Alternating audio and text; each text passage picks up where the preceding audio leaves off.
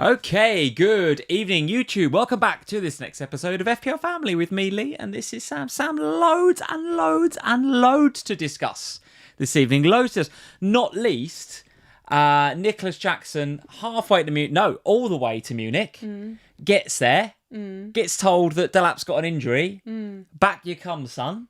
And I think the toys have come out the pram, haven't they? I think he's refused to leave Munich. I think he's still in Munich. And then I read that maybe Chelsea, they're like, oh, okay, well, maybe we'll get Mark Guiu back instead then. What is going on with the Chelsea loan system? Don't you just love the fact that, like, I do feel like for the last few years, the transfer deadline days have been, like, a bit meh. Because, like, most people have done their business already. They've made their decisions. Yeah. Not this year. Everyone's just gone mental this year. It's like, oh, we've got nothing finished for Isak. We've got nothing finished for Gahey, who we then see scoring a worldie tonight. Bloody Gahey's just put 10 million on his price tag with that little finish, isn't he? God, what a Martinez finish. Suddenly he's off to United, not playing tonight. Like, honestly, I don't actually know what's going on at the minute. Who knows where Nico Jackson is? Who knows? Well, the chat's saying he's in Munich, but currently refusing to come back. That is, I mean, who knows? And to be honest, we are at that point in the window, aren't we, folks? And there's another good reason why. Are you sort of here for his pettiness, or are you? Where are you with? Where do you stand with Jackson? No, I think if you are employed, like, just imagine me, like on a work trip somewhere. They sent me somewhere, like, I travel to Sweden quite a bit. Imagine me getting to Stockholm for like an event, and they say, no, actually, you've got to come back. I'll be like, no, I'm staying here now. But it's a bit different, isn't it? Like, They've he gets paid made a it lot of money. very clear, you're not wanted here.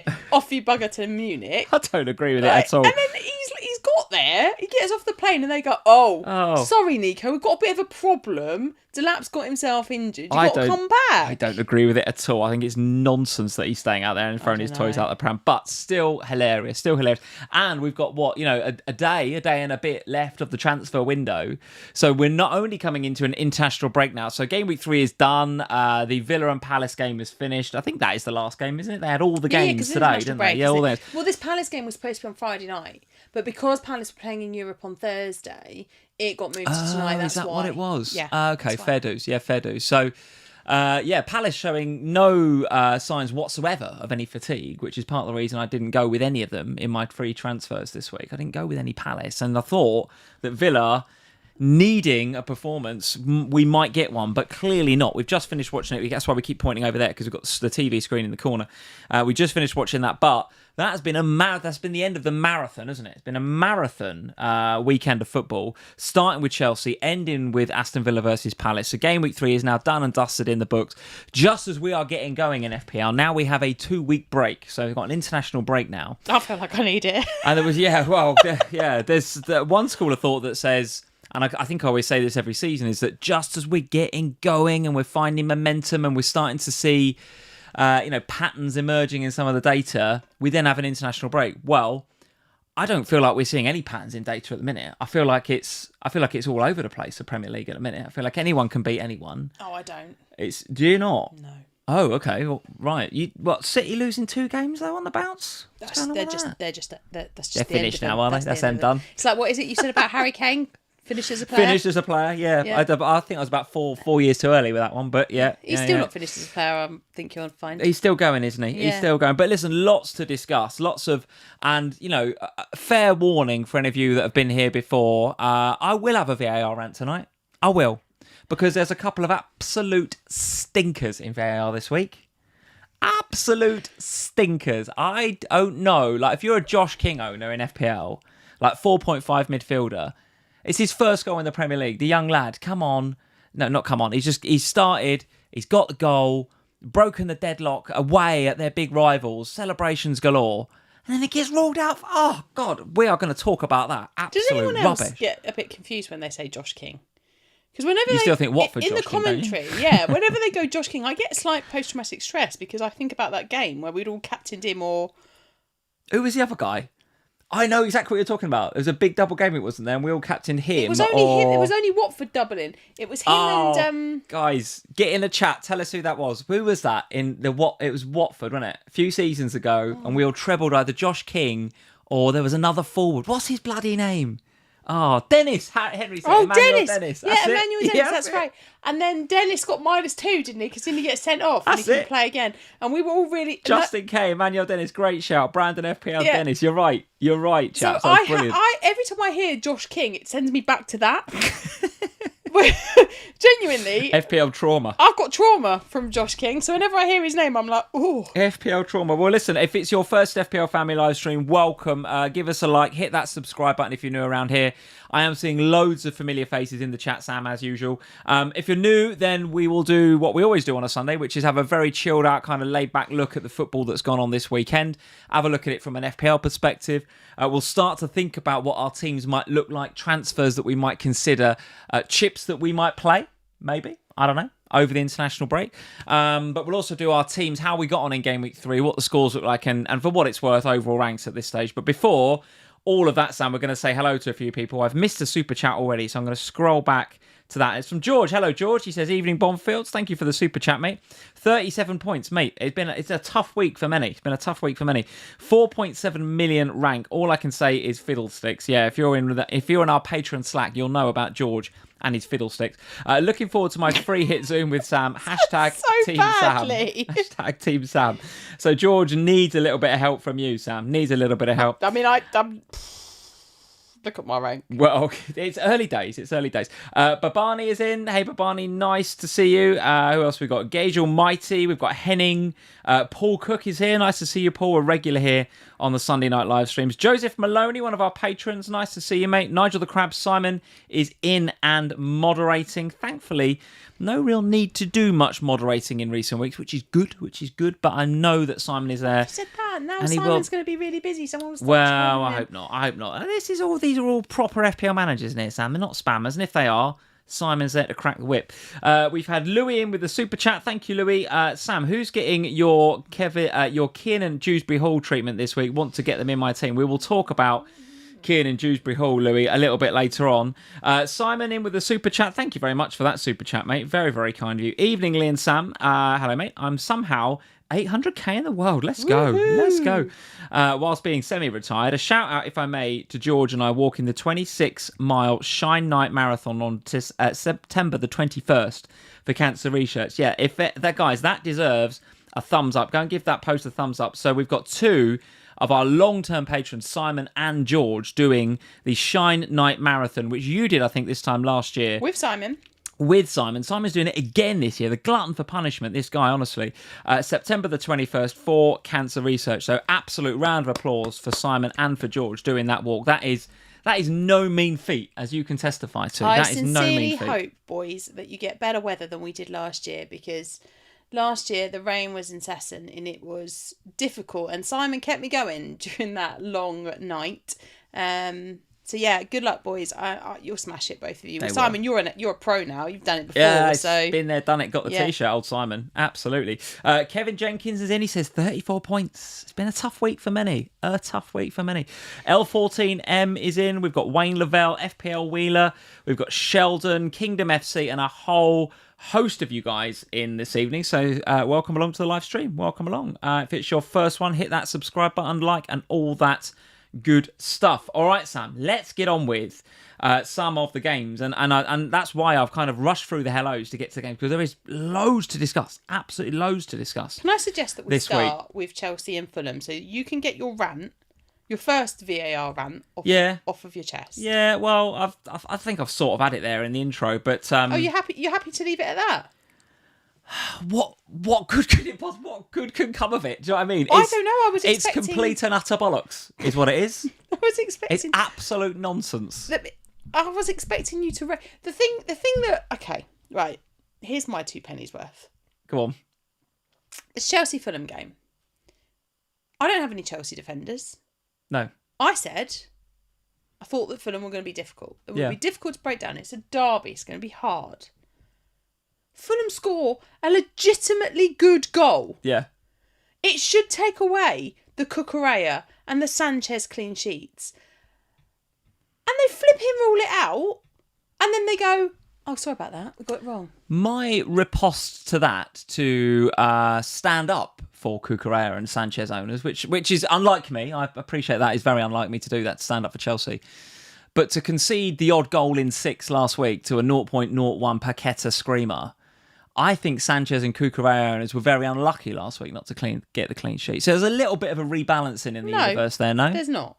It's just really annoying. It's a perfectly legitimate goal. So was last week's. A perfectly legitimate goal. It doesn't matter whether it comes from an XG of 0.00001 or an XG of 805. It makes no difference. The point is that it's a legitimate goal last week and it's a legitimate goal this week. It annoys me no end when VAR says sorry. Because first of all, from a Premier League perspective, if Fulham go 1-0 up, who's to say they don't go on and win that game? When you go 1-0 down, anything can happen in that game. So first of all, it has an impact on the Premier League result, but it also fundamentally changes FPL because all those 6 pointers for Cucurella and the Chelsea defenders and Sanchez, plus the bonus points that they pick up for keeping clean sheets and all of that jazz, it's really frustrating to then hear we got it wrong afterwards. That's all I'll say. And the guy that was on VAR for that game, I think, was due to be on VAR for Liverpool-Arsenal today, and they binned him. Yeah. They binned him. They demoted him, got somebody else. So not only have they issued an apology, which I haven't seen formally. I mean, if they have apologised, they've done it very quietly. No, they haven't apologised. They've just said they got it wrong. Oh, okay. Well, they issued a statement saying they got the decision wrong. And because of that, this guy's not going to be on the VAR for the Liverpool game. Is that basically what they said? I didn't hear that bit, but yes. Yeah. It's an absolute howler. Absolute howler. And Kingdom FC, you're absolutely right. There was a comment there, unlike you, Lee, to be standing up for Chelsea, but we appreciate it. Mate, you Kingdom FC, you're nearly an OG in here, mate. You know I don't ever stand up for Chelsea. But listen, they definitely I think deserved a clean sheet against West Ham, less so against Fulham. And if you own Sanchez or Cucurella, then you just take the 6 points this week rather than last week. Talk to me about the penalty incident, which I also believe the referees got wrong, by the way. I thought Joao Pedro handballed it in the build-up to the goal. So I didn't to the penalty given. So I don't think it should have been a penalty for Chelsea in the second instance. But then a lot of Joao Pedro owners, particularly those that captain him, are expecting him to stand up and take that penalty, but Enzo takes it. So what are we saying about that? Does that lessen our kind of feeling about Joao Pedro? For me, it doesn't. I mean, the amount of forwards that we've got to play with in FPL is kind of shortening by the day, isn't it? So he is definitely one I'm not thinking of selling, despite not having penalties. Does it put you off a little bit? Because you're a new owner for Joao Pedro, right? No, it doesn't put me off because realistically, at the end of the day, when Palmer comes back, he's taking pens back anyway, you would expect. So Joao Pedro being on pens would be a nice to have for sure, but that's not why I invested in him this week. I invested in him this week because he was killing me every week not having him. So it was one of those where it's like, right, okay, we'll get him in. But the penalty thing, yes, it would be nice, but for me, it's not an off-putting factor. Yeah, and as the chat is saying, Babani, you're right. Cucurella ending on 9 DEFCON. That's frustrating if you own Cucurella, isn't it? 9 DEFCON. No, be quiet. You can't have DEFCON and a jammy clean sheet. Go away, Cucurella owners. No. They've got 4 additional points that they do not deserve. They're not getting the DEFCONs as well. Cool, blimey. You're on one tonight, and we ain't got they don't deserve Dewsbury it. yet. They're already 4 points up on what they should be. Yeah. Enough. Okay. Yeah. Enough points for you, jammy Cucurella owners. You get back in your box. He's an expensive asset. No, get back in your box. Right. Anything to say about Fulham? Or we're moving on.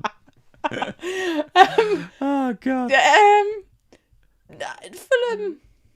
It was a bit meh, wasn't it? I just think Fulham are blimmin' unlucky. They've scored a perfectly good goal and then they've had it taken away and then they lose 2-0. Despite the fact he had his goal chalked off, I thought Josh King looked pretty lively. Do you think that it's he and Emile Smith-Rowe fighting for that position, or do you think? I think it's probably Josh King's to lose at the minute. He's playing pretty well. If you're Emile Smith-Rowe, you're a bit annoyed, aren't you? Why? Well, you leave Arsenal because you want to get regular football. Well, he's got to prove he wants regular football. Yeah, I guess so. He's obviously not proving it. No, I guess so. And he's barely ever fit. And when you see him in pre-season, he doesn't. He looks like he could use a fitness test or two, doesn't he, Emile Smith-Rowe? He never looks fit to me. He never looks fit. We don't really look like a footballer. Don't know. If you put him in a suit, he could definitely be a businessman. Anyway, the point I'm making is that Josh King at 4-5 in our midfields, if you are thinking of wildcarding over the break and you need, to squeeze every penny out of that midfield, I think he's a good option. He's not a bad Probably option right. for sure. Yeah, he's Probably not a right. bad option. All right, let's move on. I thought Chelsea were very much worth the 3 points and are looking pretty good. Highest overall in the league for XG. So non-penalty XG or XG? Don't know. Someone in the chat can tell me. But I definitely saw a stat. I think it's non-pen XG. They're 7 point something, whereas the next best is like 5 point something. Chelsea creating a lot. I know they had West Ham game week 2 and scored 5 goals, which is that's influenced by that West Ham game. I'm not disagreeing with you, but I still think that they absolutely are showing all the signs of a team that are carrying on the momentum from the summer. However, that is now a number of injuries, isn't it? You look at Palmer's injury, Delap's injury. Who's the guy that got the ACL? The lad at the back. Colwell with the ACL. So, are they managing their players correctly again, Chelsea, or are they just flogging them to death, Ange style? I don't know. I do wonder whether this Club World Cup was that just a little dig at Chelsea just because you've been nice about them for a bit? So you thought, I better have a little dig at them. Kingdom FC was wondering whether he's in the wrong stream. Kingdom FC is thinking, he's like, oh my God, I better have a lie down. And then you said that and he was like, oh, okay. Lee's being nice about Chelsea. This the is wrong. I universe must has be in the realised. wrong stream. He was thinking that we're in the wrong Marvel universe for a second there. He was like, what's happening? This is a stream Listen to you just because we watched Fantastic Four last night. Did you like that? I bloody love Fantastic Four. No, right. Did you like my reference? I said about being in different universes because you know, if you could be nice about Chelsea you chucked a little MCU reference Did you in. like I'm not against it. No, I thought you would. I'm not against it, and I'll tell you what, I bloody loved that film last night. Anyone that's seen Fantastic Four, go and see it. Very, very good. Kingdom FC's in the chat. He says, "Okay, back to our regular schedule." So very good, Kingdom FC. Very good. Where do you want to go next? God, there's so much to discuss. Let's go to one of today's games. Or no, I want to do Man U. Let's do Man U 3, Burnley 2. They celebrated it like they'd won a bloody trophy and they beat Burnley at home. What are we... Here we go, United fans, strap in. I've been a little bit nice about Chelsea. I can't be nice about Man United as well on the same stream. That's just impossible. Strap in. What are we saying? No, right, go on. Floor to you, go on. You've clearly got things to say, so get off your chest and then give my opinion. They just look totally inept, don't they, Manchester United? I mean, absolutely totally inept. The goalkeeper, I mean, they've got to sign Martinez. It looks like they're going to get Martinez. Where's that come from, by the way? That's another one. It's come from the fact that Onana looks like absolutely awful against Grimsby. It looks like Grimsby's about his level, if not that's below he's below that level during the week. And then this Bayern Deer fella's coming in, and he looks worse than Flapianski. He's like flapping around after you just have to cross it against Man U now, and it's a goal. But what I meant is at the back end of last season, game week 38, Martinez walks around the pitch at Aston Villa. Yeah, tearful goodbyes, waving goodbye. Yeah. To his fans. Oh no, game week 37 wasn't it? Because it was the game against Spurs. Oh, sorry, sad to see you go. All of that. He basically says goodbye. Yeah. And now he's back. Now he's still here. He's played the opening 2 weeks. And then suddenly, a day before the deadline, he's going to go to Manchester United. Well, anyway, look, I think you could go to Old Trafford and play in goal, and it would be an improvement on the team. I mean, the goalkeepers they've got, they're obviously not bad goalkeepers. They're just lacking confidence. And the problem with Man United is that the club don't ever give their players any confidence. They're just so quick to just kill them when they have a bad performance. That there's the one player, the one position you need to give confidence to is a goalkeeper. A player you can swap in and out, but a goalkeeper, they've got to be confident. They've got to be on it. They've got to feel like the man. And neither of them do that. And the club don't do anything. And the fans don't do anything to give them any praise or give them any confidence. Yeah, but to be fairly, there's not a lot to praise them for. So I think Martinez is actually a decent signing because he's a really zero fucks given goalkeeper, isn't he? He doesn't give a blind about anything, does he? So I don't think it doesn't matter what sort of criticism comes his way. He can just go, I've won the World Cup, screw you all. So I don't think it's a bad signing at all, Martinez, by Manchester United. It's not bad. But anyway... Giving up European football. Something like that, yeah. But anyway, 3-2. The last minute penalty for us Bruno captainers is the jammiest of jam, isn't it? I mean, is it a pen? Is it a pen in your opinion? No. It didn't look it to me. If it is, it's soft. It's a really, really soft pen. But as soon as it's given, isn't it? You know. Yeah. And you know he ain't missing 2 in 2 weeks. Do you know what I mean? It's so infuriating because actually, the game. They just didn't look very good again, Manchester United. Another week, Cunha, if you bought in Cunha this week, you're damn unlucky because he's now picked up an injury. Looks like Loads of people out. did Palmer to Cunha. That was a massively popular transfer. Max did Captaincy it as well. Max did it. Brought Cunha in this week. Yeah. Trying being a bit different. But then Cunha was played for the full 90 minutes against Grimsby in midweek and took pens. So, maybe it's a bit too much in the legs. Who knows? I mean, you're a professional footballer, right? But then they did have the Club World, not the Club World Cup. They had Summer Series, didn't they, in the summer? Yeah, so but come on. A few more fixtures maybe here and there. Of course, that stuff, isn't it? It should be, but I don't know. There seems to be a lot of big injuries picking up in this early part of this season. So, well, I guess we'll wait and see over international break how that materialises for Cunha and what the prognosis is, but I think you were unlucky if you went there. And Bomo looks all right. And Bomo looks all right. Tidy finish against Grimsby, and again another goal here. So yeah, he looks all right. If you went for him, he looks all right. Bruno, I just feel it's really frustrating because how do you feel? So as a Bruno owner, I feel like again I've massively got away with one. But again in game week 2, I felt like I could have had more points, and he missed the penalty. So a bit like the Chelsea defenders, I feel a little bit like it's a bit calmer that he scored this week. But again, I didn't see anything in his yes, so the DEFCONs are fine, right? You're getting the DEFCONs with Bruno because he's playing a little bit deeper and he's getting the DEFCON, but he's just not involved. He's not involved. I'm not being funny, but for the last involved. 3 weeks, there's been nothing in Bruno's game to suggest he should get any attacking points. Well, no, outside of a penalty spot. He's missed a penalty. Fair enough. Yeah. That happens, right? It is what it is. This week, I don't think it's a penalty, and then he scores it. And it happens right at the end of the game, and it's really infuriating because having not gone for Bruno because... And okay, you can take this one of two ways, right? You can say, well, Sam, that's on you because you know that he's on penalties and you know that they get a lot of them, and therefore it's going to hurt when that happens. And you're right. You'd be absolutely right and within your rights to say that. However, it's also really, really annoying because I watch the games. He's not passing the eye test from an attacking perspective. From a Manchester United defensive security captain perspective, this is, that's another story. From an attacking perspective, I'm not seeing him do the attacking things that I would want him to be doing, which is why I've not invested. So that last minute penalty feels really, really irritating. Can I just say, I did think when I watched the highlights of the game that it was a little bit game of two halves. And what I noticed was that, and I was super impressed with Mason Mount in the first half, by the way, all energy, looked to be, if not back to his best, and certainly looked fit and his pressing was good and he was full of energy. He then goes off at half-time. Who knows? Probably injured again. Poor old Mason Mount. Always injured. He has one good half of running around and then he just has to go off at half-time. Well, that did mean that Bruno was at least, therefore, a bit more present in the final third. Like, first half, you didn't see him at all. Every time United came forward, I always kind of sort of pause the highlights to see, okay, well, who's in the attacking third? And he's not there. No. But in the second half, you pause when they're attacking and he's at least there.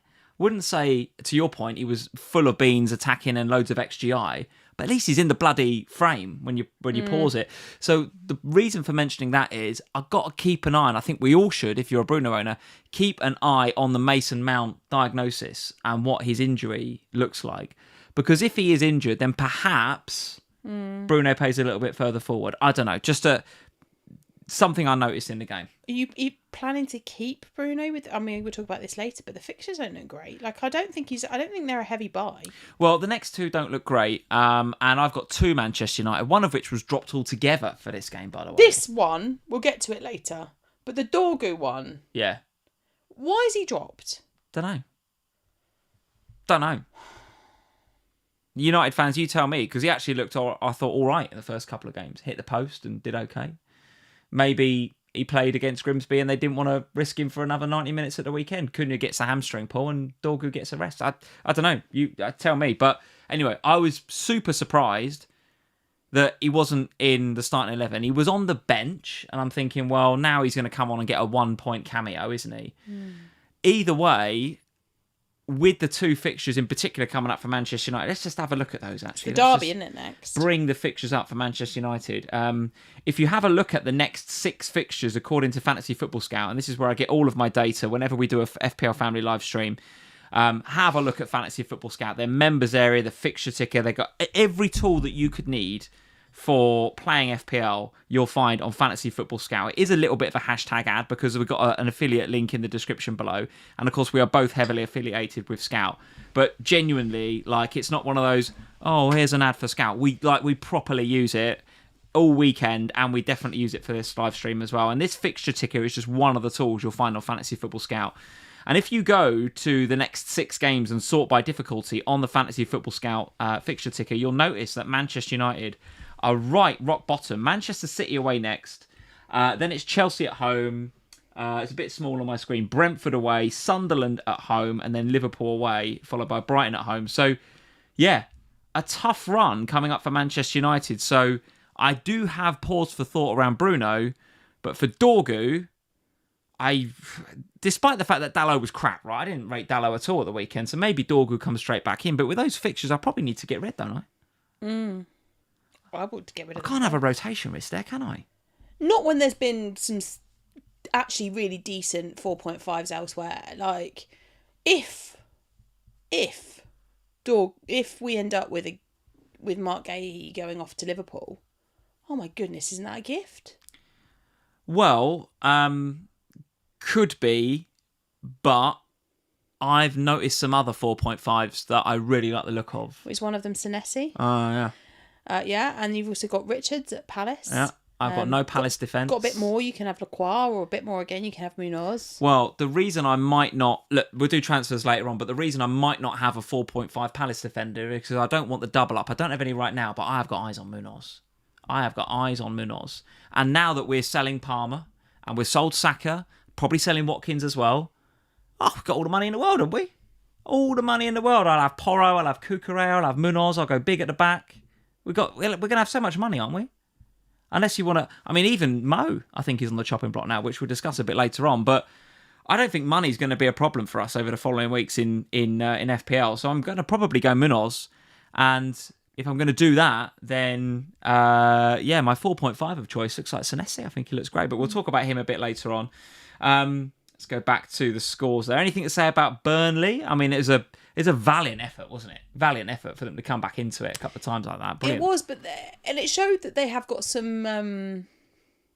if they're given an opportunity, they have got players that can do things. And I think that's quite interesting from a FPL perspective, because obviously, I appreciate what you've just said about the fact that money isn't really an object at the moment. But at some point it will be. At some point the Palmers and the Sakas and the Salahs and Haaland's already there, but the other three will start performing. And when they do... But they're not in a minute, are they? Well, no, I know they're not in the minute, but that's why I'm keeping my eyes on players like Burnley picks, like the Sunderland picks, like the cheaper assets from elsewhere, because at some stage in the future, these premiums will come good. And when they do, you need to know who the right cheap assets are. Now, Burnley... Liverpool next for them, so you're not investing, are you? No. And if you have got them, you leave them on the bench. The Dubravkas, Estev, whoever it is that you've got, the Cullens of this world, you just bench them for this week. I don't think that they're not a priority sell by any stretch of the imagination. They're doing what they need to do as enablers. Yeah, totally. Speaking of which, Liverpool up next for Burnley. Let's talk about this game. I've not cheered a goal like that for bloody ages, Sam. Yeah. God dear me, what a strike from Dominic Szoboszlai. What a strike! Trent who? I mean, who needs him? Get Szoboszlai at right back. Oh my God. The only downside of having Szoboszlai at right back is that you can't have him in centre midfield. This guy, honestly, he doesn't get tired. Szoboszlai doesn't get tired. And when he lines up that free kick, I'm just like, well, he ain't beating right from there. I said to you, didn't I? I said, well, he ain't beating right from there. So what's he going to do? Oh, what an absolute thunder bastard of a goal. Oh, loved it. Absolutely loved it. The neighbours complained about the noise. Yeah, and I don't care, because what an amazing goal it was. Not a very good game for the first hour or so. It came alive a little bit more in the last half an hour or so, but it wasn't a particularly good game. It felt like first half was a game of chess, wasn't it? Very, very safe football from both sides. No one taking any risks. A lot of backwards passing. What did you make of... Because I'm going to go into how thought it was a brilliant result for Liverpool in a minute. But Arsenal, they're getting a lot of stick a little bit on... Not just on Sky, but on Twitter and stuff. I've seen a lot of the Arsenal fan... YouTube accounts and a lot of all the social media talking about the fact, and I think they're right, by the way, talking about the fact that the game was there for the taking today, and I don't disagree. I think it was. I think Liverpool were there for the taking. We are not defending well so far this season. We were there for the taking. And they didn't just seize it, did they? No. He plays, 4 centre-halves and 2 defensive midfielders. He goes to Anfield not to lose and nearly does it. And he hopes to nick something from a set piece. And what they were saying on Sky was, until Arsenal and Arteta change that mentality, never going to win anything. No. Never going to win anything. So I agree with everything that's been said there. I think they should have seized it. I thought they did come and play too conservatively. They've lost to a 0.03 XG goal. It can happen. Did we deserve the win? Probably not. Draw was probably fair. But if you come to Anfield, that can happen. That can happen. And they were too conservative. But I've said for the last couple of weeks about Liverpool that you've not been your best in either game so Absolutely far not. against Bournemouth or against Newcastle. Imagine when we start clicking. Well, yeah, but also the point is that you're not playing your best, but yet you're still winning the games, and that's the important thing, is that you're not dropping the points, you're keeping the games up. It's hard from an FPL perspective, because there's not really, Liverpool are the one team where I don't really feel like there's a huge amount of consistency, maybe that's not the right word, in terms of who you pick. Like, obviously most people have started the season with Salah. There's Ekatike, who I think a lot of people would like to go to, but maybe are a bit wary because the transfer window is still open and waiting to see what happens tomorrow with the closing of that and the Isak deal and all of that sort of stuff. If Isak doesn't happen, will you get Ekatike? Yes. Yeah, me too. Yeah. I think Watkins to Ekatike is probably the easiest transfer I'll do all season. That will then leave me trebled up in Liverpool attack, which for Burnley I'm okay with, but I don't know if I want treble Liverpool attack going forward. And actually, of those 3 that I'll have, Ekatike, Gakpo and Salah, you have to say that Salah is probably, based on the evidence of this season alone, and only this season alone, he's looking like the weakest pick, isn't he? And the most expensive by a long way. And the most expensive by a long way, which is why when I put on the thumbnail about Salah out, Haaland in, there will be a few FPL managers looking at that. Yeah. There will. And I know City have failed to impress again today, but never mind. Haaland's got his goal. Is it something that you've thought of or not? I mean, selling Salah ahead of Burnley seems like absolute nonsense, right? But, Yeah, I'm not doing anything ahead of Burnley. I'll wait it out. And I want to wait it out until I see what happens in the transfer window, because players coming in and out of Liverpool, I mean, not necessarily expecting any more to leave, but those that are potentially coming in would make a big difference to how I choose to invest in Liverpool. So having got 2 at the moment, Wirtz obviously looked like he might have picked up a hamstring injury as well today, so that's something that I'm also going to have to be quite mindful of. Plus, well, they played it down, didn't they, afterwards? So I think Slot came out in his post match and said it was what did he call it? A welcome to the Premier League injury, and he said that Wirtz is getting cramps in places he didn't know he could get cramps. So it sounds like it doesn't sound like a big deal for Wirtz, but yeah, one for the radar. One to keep watching. Plus, I don't think he's the right asset to have in FPL anyway right now. So yeah, I'm kind of a wait and see on Liverpool. Salah doesn't feel like one I want to get rid of just yet, though. He was brilliant again today, Wirtz, by the way. He's brilliant. Yeah. Like I'm waiting for this. And it's not coming, I don't think, because most FPL managers, most of you engaged managers out there, if you're watching this, if you're on Twitter playing FPL, you know ball, right? You watch a lot of football, and you know if you're watching a decent player or not. Yeah. He is unbelievable. He's a top player. I'm really sorry, I don't feel very well. I'm just going to disappear for a second. Oh, go on then. You keep talking about Liverpool. I'll talk about Liverpool. Go on then. You all right? right? It's not Liverpool that I've just... Yeah, I'll be back. Go on then. Is it hot? Is it a bit warm in here? I think I might have just overheated and I just feel like I might be sick, so I'm just going to step outside. Go on then, you do that and I'll talk about Liverpool a bit more. I'm going to talk about Szoboszlai's goal. Yeah. So yeah, for those of you that are engaged in FPL and watching a lot of football, yeah, absolutely. Wirtz is looking brilliant. But from an FPL perspective, I don't know, guys, and I've said this a few times now. I'm not sure. Is the assist of the assist? He reminds me a little bit of Luka Modric from a few years ago. But Gakpo, Ekatike, Salah, I still think yes, going to be okay. And then if Isak comes in, it's a game changer again, isn't it? It's a game changer again.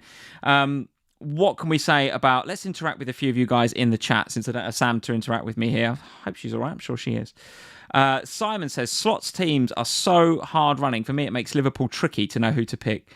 Mate, you're absolutely right. You're absolutely right. And Szoboszlai, even at right back today, you're not going to pick him while he's playing at right back, but it's good to know that we as Liverpool and Arne Slot as a manager has that as an option. That would be very good. Let's see what else you guys are saying. Mr. T Tendai, Salah is Salah. He still gets penalties and he can still turn it on anytime. Yeah, that's absolutely true. And like I said before, to sell ahead of Burnley just would not make sense. Let's have a look at these Liverpool fixtures. So again, sorting the next 6 by difficulty. 1, 2, 3, 4. They are 5th down. Burnley away. Everton at home in the Merseyside derby, which will be a humdinger, I'm sure. Palace away, which, according to the Fantasy Football Scout ticker, is a kind of grey colour. It's somewhere between blue and red, but I'm telling you now, that is a difficult game. Chelsea away, a difficult game too. And then Manchester United at home and Brentford away. So, I don't know, guys.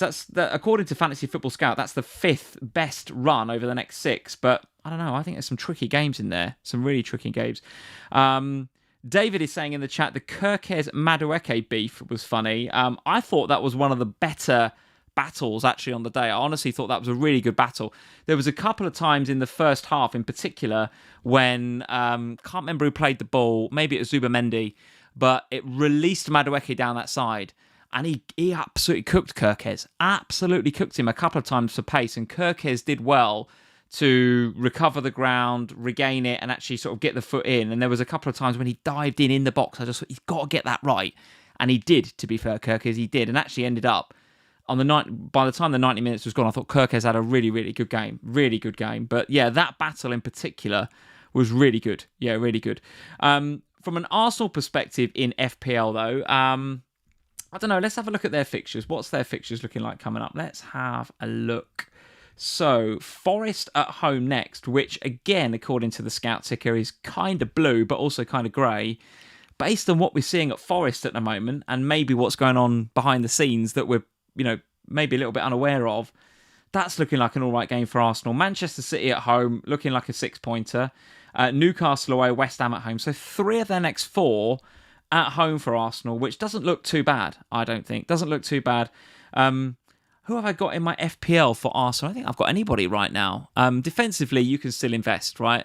Despite the fact that Saliba had to go off on 4 minutes, didn't he? So we've got to keep an eye on that. If you've got Saliba, definitely got to keep an eye on that. Obviously, we've got the international break now so that you can keep an eye on it. You haven't got to sort of deal with it immediately. So keep an eye on Saliba. But I don't have anyone else in my team. I don't know how I feel about Gyökeres today. I thought he did all right. I thought he did okay, Gyökeres, but I thought Konate largely kept him in check. So, yeah, I don't think I'm going to be running in or sort of busting a gut to get any Arsenal right now. Ødegaard being back for them. He come off the bench, didn't he? So that shoulder injury, obviously not as bad as perhaps once thought when it happened a couple of weeks ago or a week or so ago. Saka's obviously got to come back at some stage. The one thing I did like about when Eze come on for Arsenal today is that I think he's going to give them so much more balance across the pitch. One thing I did notice last season about Arsenal, and I've got some stats in an Ohana podcast to back this up, is that a lot of their play was biased towards the right-hand side. Obviously, because that's where their key threat Saka was last season. But it's also where Ødegaard likes to drift. He liked to drift out there into that wide right position. And I think they became a little bit predictable last season. I think if you could cut off that right channel, or if you could just overload that channel and force them left, it wasn't so bad because they're obviously not so potent on that side. Well, now that Eze's come in, whether he plays wide left and hugs the touchline, or whether he plays in that kind of left-sided 10, I think he's going to be a really good option. Really good option at 7.5. And I think he's going to make Arsenal better in the longer run because they're going to be much more balanced as a team. So definitely like look at Saka. He's like look of Eze at 7.5. He's going to be worthy of a look, isn't he? We're going to be looking at him at some stage. And the fact that he come on today, he did all right. He did okay. But I think he come up against Dominic Szoboszlai, our stand-in right back, who was very, very good indeed. Very, very good indeed. Guys, we're going to pause the live stream there for just a second. I'm just going to hit the mute button on the mics. I'm going to put the holding screen on. I'm going to go and make sure that Sam's all right. And then we'll be back as soon as we can, guys. All right.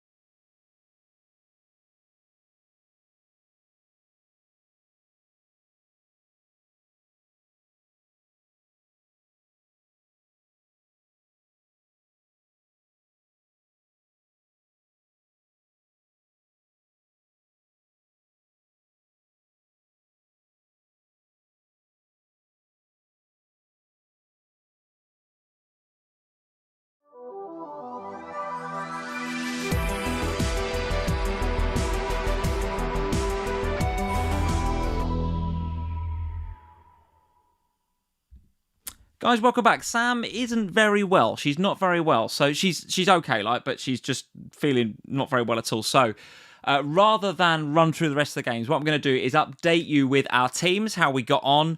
I'll tell you how I'm kind of looking for next game week, and then we'll call it. And we'll see you guys in a couple of weeks, because Sam is not feeling too good at all. So why don't I run through our game week scores? This is Sam's game week score, and trust me, this is not why she's had to run out of the room, but particularly bad week. So 32 points for Sam this week. Not too good a week. She captained Kudos, which I must admit at the time I was a little bit like, that's a bit left field. I don't know. But for sure it was a week where you could go a little bit different with your captaincy. But Kudos captain was definitely out there. You can tell she's not well because some of this graphic is all over the place, right? Gibbs White in midfield there looking a lot like Cole Palmer. And Dewsbury Hall looking a lot like, I don't know, is that Juve or something in first up? I don't know. Renildo and De Kuyper are obviously twins, and Dubravka now plays for Brighton. So apart from that, this graphic is looking absolutely sensational. 32 points. Her rank is not great. It's 8.6 million. So she's definitely looking to improve it over the international break. Now, I know she's thinking potentially about either free hits in game week 4 or wildcard. And what we'll do is, when she's feeling better, we'll put a podcast out there, probably in Ohana this Thursday, to talk about her plans and chip usage over the international break. So 32 points for Sam. Definitely some improvements to be had. For me, I've had the jammiest game week going, guys. So 68 points for me this week. Very, very happy. Despite the fact that game week 1 wasn't particularly good for me. Game week 2 was all right, and now game week 3 has been very good. Now, my transfer was Palmer to Semenyo. Hasn't worked out this week, although Bournemouth did look very, very good against Spurs. Obviously got the win. And they have got pretty good fixtures going forward. Let's just have a quick look at the Bournemouth fixtures going forward. They read like this: Brighton at home, Newcastle at home, Leeds away, Fulham at home, 3 of the next 4 at home, and the away game in game week 6 is Leeds. That is the run that I wanted Semenyo for. And for sure I could have done it next week. Absolutely could have done it next week. But with Palmer going down in price at least once, and I do have a bit of a fear of him going down in price again over the international break, I decided to do the Palmer to Semenyo switch early this week and see if I could get anything out of Antoine this week. Not to be, but I'm happy to now hold him going to the next few weeks. Porro's come in with a 4, which was completely unexpected. I thought he was going to finish on 9 defensive contributions. Turns out that when they did a recount, he got something like 12 or 13. So he gets the 2 bonus defensive contribution points, which were very welcome this week. My captaincy, as it says on the graphic, you can tell she's not well. It wasn't Salah at all. I had the captaincy on Bruno Fernandes. He come in with the 10, so that doubles to 20. Joao Pedro's in there with the 9. Happy with that too. But the jam was Dorgu. So I mentioned earlier in the live stream that Dorgu didn't play, obviously, for Manchester United. I was expecting him to at home to Burnley. The silver lining on the cloud is that the player that comes in off my bench is bloody Juve, who I benched because I absolutely did not expect them to keep a clean sheet or get anything out of that game at Nottingham Forest today. I didn't have Wood or Gibbs White. Obviously, I had Sells and Williams there at the back, but I was not expecting West Ham to score the 3 goals that they did. In fact, I was really worried not having Wood, not having Gibbs White.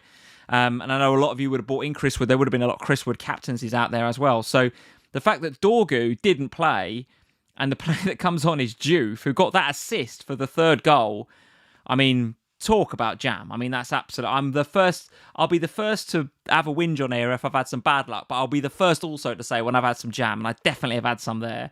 And then the legend of the game week really was Kiernan Dewsbury Hall to come up with an assist and a goal, particularly as I know that, I'm sure we would have had some good fun if Sam was here, if she was well enough to be here, talking about Dewsbury Hall, because she was less than favourable about him last week, no doubt about it.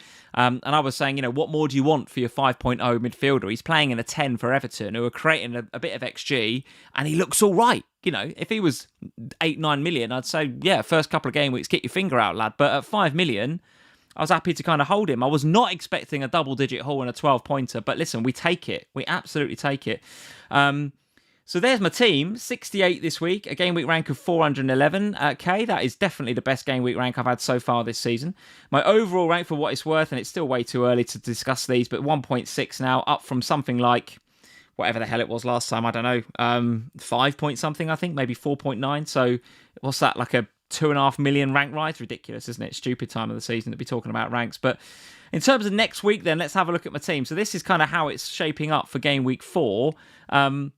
I've got 2 free transfers in the bank. So I did have 2 going into game week 3, but I only spent 1. I just did Palmer to Semenyo. So I'm happy to have Semenyo in there now for the short term. And I rolled the other transfer. So now I've got 2 in the bank for over the international break. And I've got 3.3 million in the bank as well. So money and transfers in hand to do whatever I want to do with this team, frankly. Salah and Gakpo are going to go nowhere because of the Burnley game. And then Semenyo and Dewsbury Hall, both with decent-looking home games, particularly now that Villa game at home, unless something pretty drastic happens over the next 48 hours at Villa and they get some players in, they're going to continue to struggle, I think, and going to the Hill Dickinson is going to be a very difficult travel for them. So very happy to have Dewsbury Hall sitting there in my team. Bruno away at Manchester City. Listen, it's a Manchester derby.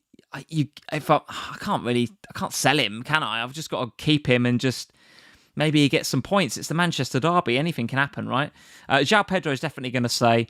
I don't know about Watkins, I don't know about Watkins. I think of all of my team, and I'll talk about the defence in a minute, but of my front 8, he's the one that I have question marks over now, and maybe I move him to Ekitike if Isak doesn't come in.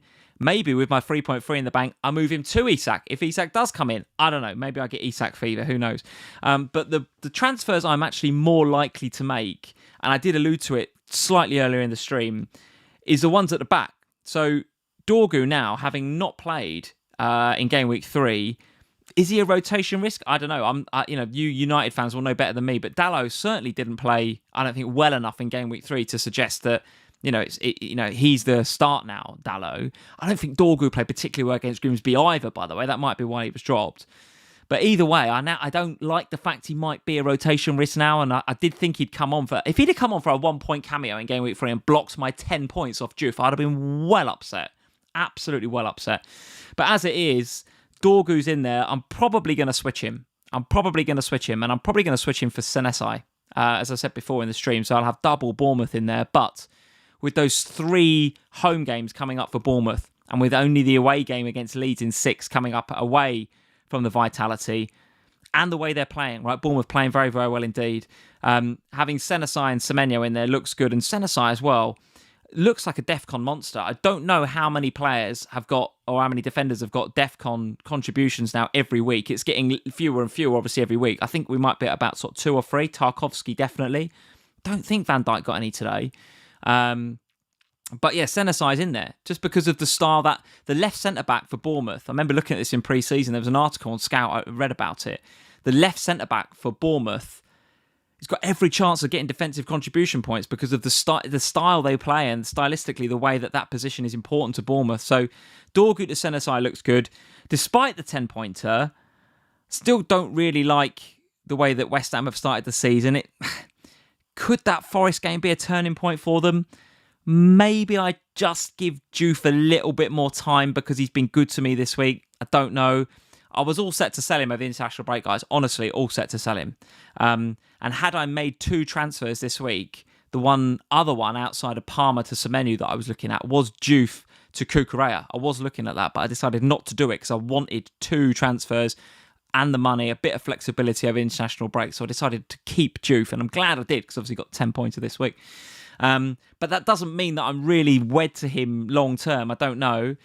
Equally, I'm now looking at Nico Williams and Sells and the double up in the Forest defence and going, well, does that result today change the way I feel about them as well? And the fact that they've got quite a lot going on behind the scenes with Mr. Marinakis and with Nuno Espirito Santo. So Williams now all of a sudden, not nailed in my thinking.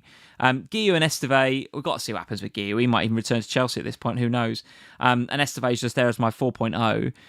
So I feel like over the international break, there might be, and it might be a bit boring, but I might be investing in my defence. I might be spending a couple of transfers on Dorgu and maybe Esteve and getting Senesi and somebody a bit more exciting than Esteve. And maybe just having a bit more money in that defence. Notice I don't have a 6 million defender in there right now. I don't have a Van Dijk or a Cucurella or somebody like that. So Porro's my most expensive defender, and I'm I'm going to keep the faith with him. I'll keep the faith with him for now, but I don't like the fact that he and Juve are playing each other. I don't like the fact Williams has got Arsenal away, and then Estev's got Liverpool, right? And Dorgu's away at City. So I've got to do something about this defence, no doubt about it. Got to do something about the defence. But the rest of it kind of looks okay. Am I buzzing about Fernandes going to City? Not really, but it's Bruno. Anything can happen. Am I buzzing about having Watkins based on what I've seen today and the fact that when we watched the Villa game, Villa part looked really flat. It sounded really flat. And Unai Emery with his comments before the game about the goalkeeper did not look happy. It did not look happy. So maybe Watkins is on the chopping block as well. Maybe I take some more money out. Like I say, maybe it's a Ekitike or an Isak thing. But the defence definitely due an upgrade. And I think Dorgu is going to be the one that I change to Senesi. That's definitely looking like a transfer for me. Let's go to the out screen. Let's do a couple of questions, guys. Let's do a quick Q&A. Sorry that tonight's live stream hasn't quite gone according to plan, but she's not been feeling all that well all throughout the day, and I did wonder whether being in this hot room might be a bit too much for her. But she's okay. She's okay, but she's really not feeling well at all. So we are going to call it a little bit earlier than we normally would. But get in the live chat. Let's do a quick 5 minutes or so worth of questions, and I'll see what I can do about answering them. There's a couple of you in the chat. So Jack is saying Guiu is returning to Chelsea. Rob SAFC, he's been recalled. Has he? I obviously missed that news. So I know there was a chance that was going to happen, but yeah, I mean, if he's going to get it back, then if he needs to go back, and clearly on the Delap injury it's worse than we thought, right? I mean, clearly it's a long-termer. So yeah, Guiu back to Chelsea. Who'd have thought about it? And Joseph Maloney, quite right. The Greek god heading to Roma. Yes, all the best to Kostas Tsimikas. What a cult hero he has been for us over the last couple of seasons. I think only a loan, Joseph, right? So at some stage, probably going to be coming back, I guess, at the end of the next season. So depending on what Robbo's doing, maybe this is Robbo's last season in a Liverpool shirt. Who knows? And if it is, then maybe we see Kirkes as the first choice and we see Tsimikas back in the squad. Who knows? Yeah, who knows? Let's see what you guys are saying. Mahad Jama is saying Verts to Sarr or Semenyo. Well, listen, I was, if you'd have asked me that a couple of hours ago, I'd have said absolutely Semenyo because of the fixtures and the way that Bournemouth have started. And despite the fact that he's got no returns this week, Semenyo, last week he got the assist, got the 2 goals at Anfield in game week 1. And in game week 2, he got an XG of, I think, just over 1. So probably could have, maybe should have, would have had a goal in the second game as well. So I like Semenyo for the next few weeks. In fact, the fact that he blanked against Spurs means that not so many people are going to be looking at him. In fact, they're going to be looking at Sarr instead, right? Who is also looking like a good pick. Absolutely looking like a good pick. And he popped up with a header, which is kind of unusual for him, right? At Villa Park today. So he's not a bad pick either, Sarr. But I just like Semenyo. He's doing what Semenyo does, which is being greedy, taking loads of shots. I think he's already up there in the top 3 for shots taken in the league. So, yeah, don't mind it. And I brought him in this week with a view to getting some points out of him over the next sort of 3 or 4 weeks. Martin's in with the question, who to sell first, Rodgers or Watkins, and for who? Yeah, I mean, based on what we saw of Villa today, you could make a case, Martin, for selling both. I'm not being funny. They were really flat. And at the beginning of the second half, they did look better. No doubt they'd had a flea in their ear from Unai Emery at half-time. They came out and looked a bit better. But then when the Palace centre-half pops up and scores a goal like that, you saw the body language at Villa. I mean, there's a shot from behind the goal, which is the perfect angle to watch the gaze strike from. The gaze strike is brilliant. And that angle gives you a really good shot of Tyrone Mings. And Tyrone Mings just like, the arms go up, like that. You can't see it on the podcast, but the body language for Tyrone Mings, he's just so deflated, as if to say, I thought we were coming back into this, but there's a gut punch from, a centre-half Gay who's never, his best goal he's ever scored almost. Like, it's probably never going to score a goal like that again. So you could make a case, Martin, for selling both. If you're sitting there with only one transfer, well, it's very difficult, Martin, isn't it, to sit there with a 9 million asset in Ollie Watkins and him look a bit flat. He had a couple of chances today, a couple of half chances, I would say. I wouldn't necessarily say he racked up tons of XG. So it's a difficult one. Plus, I don't think we're not sure that he's on penalties. I mean, there's a pretty good chance that Tielemans takes the penalties there. So even when Villa do get a pen, is it Watkins that takes it? I don't think we can be sure about that. So at 9 million, you have got plenty of other forward assets that you can go to. If you haven't got Joao Pedro, I think he's the one to go to. And then Ekatike, as I said before, if we don't get Isak, I think Ekatike is for sure going to find his way into my team. He's going to find his way into my team. Simon's in with a question. Last couple of questions, guys. I'm going 4 times 6.5 million mids. Who would you go with? Well, yeah. I mean, it's definitely a strat, isn't it, Nigel? I still think, mate, that we are early enough in the season that I would want to cover the price points. And that's why I was a bit reluctant to get rid of Watkins, because I do think that 9 million price point, you're going to want to cover it, I think, with either an Ekatike or a Gyökeres. I kind of was waiting for Gyökeres to come to the party, and then maybe we go with him. But with Eze now there as well, maybe he's my Arsenal attacker of choice. I don't know. So I don't know if I'm altogether on board with your strategy there, Simon, of going with the 6.5 mids. But yeah, listen, Elliot Anderson, he's a little bit cheaper than that, but missing out on the DEFCONs by 1 C-bit again this week. I mean, if you've got Elliot Anderson, you have been scammed out of 6 points in the last 3 weeks. It's incredible. He's got 11 clearances, blocks, interceptions, tackles, and recoveries. So 11 on the C-bit R rating for midfielders over the first 3 game weeks, which means he doesn't got any DEFCON points, which is mad. And by the way, he's not the only one at Forest, isn't he? I mean, we spent most of pre-season talking about how Murillo and his partner in crime at centre-half, Milenkovic, how the two of them would get DEFCONs every week. Well, apparently not. Apparently that was a lie. Of the 6.5 minutes, I still think Kudus looks all right, Si. I still would have a look at Kudus. And if you can afford a bit more, then as I said before, I think Semenyo looks all right. And Ismaila Sarr, as we mentioned before from Martin, I think Ismaila Sarr's a nice pick as well. Let's do one more question, guys, and then I'm going to go and make sure that Sam is all right. Tim Fell can keep the faith in Watkins or go Gyökeres. I don't think I'm keeping the faith in Watkins, but I'm not going to Gyökeres just yet. I'm not going to go there.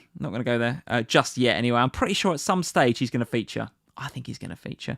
Webby's in with the KDH on my bench. Mate, you will not be the only one. I know he's on Sam's bench, first sub. She was waiting for Wirtz to pull a hammy in the warm-up or for somebody to miss out today, so she got that 12 points off the bench, but didn't in the end. Let's see. Eldon, I've had triple Forest defence for the first 3. Yeah, I mean, who knows what's going on behind the scenes there, but it's not right, is it? It's not right. Nuno's saying the wrong things. Marinakis hasn't really said much yet, but I don't think he needs to because Nuno's doing all the talking for them. Something not right there between them two and their relationship, and sugarcoat it all you want. It wasn't a good performance this weekend, and they paid the price. And I think, no smoke without fire. Who knows? We might find out more in the international break. All right, guys, that is it. We're going to call it there for this week. Sorry we've had to cut it a little bit short, but health always comes first, as we always say here at FPL Family. So I'm going to go and make sure she's all right. I'll tweet an update later, but I'm sure that she is. Well done in game week 3. Well done for anybody in the 60s and 70s. Absolutely sensational scores. Have a little bit of a breather over the international break. So that was a busy 3 weeks of FPL, wasn't it? And a busy pre-season as we were talking about Club World Cup and everything else. Still don't think it's settled down yet. The football still think there's lots of patterns still to emerge, lots of narratives that we're going to see over the course of the international break. Still don't think we're seeing quite the patterns in the data that we're expecting. So if your rank isn't where you want it to be, do not worry. We've had 3 game weeks. We've got loads and loads of time for you to make good on that overall rank. But we will see you. We won't see you next Sunday because of the international break. We will do an Ohana podcast on Thursday, which will be free and available for everybody to download over on our Patreon site. And we'll do one the following Thursday as well, which will be a Game Week 4 preview.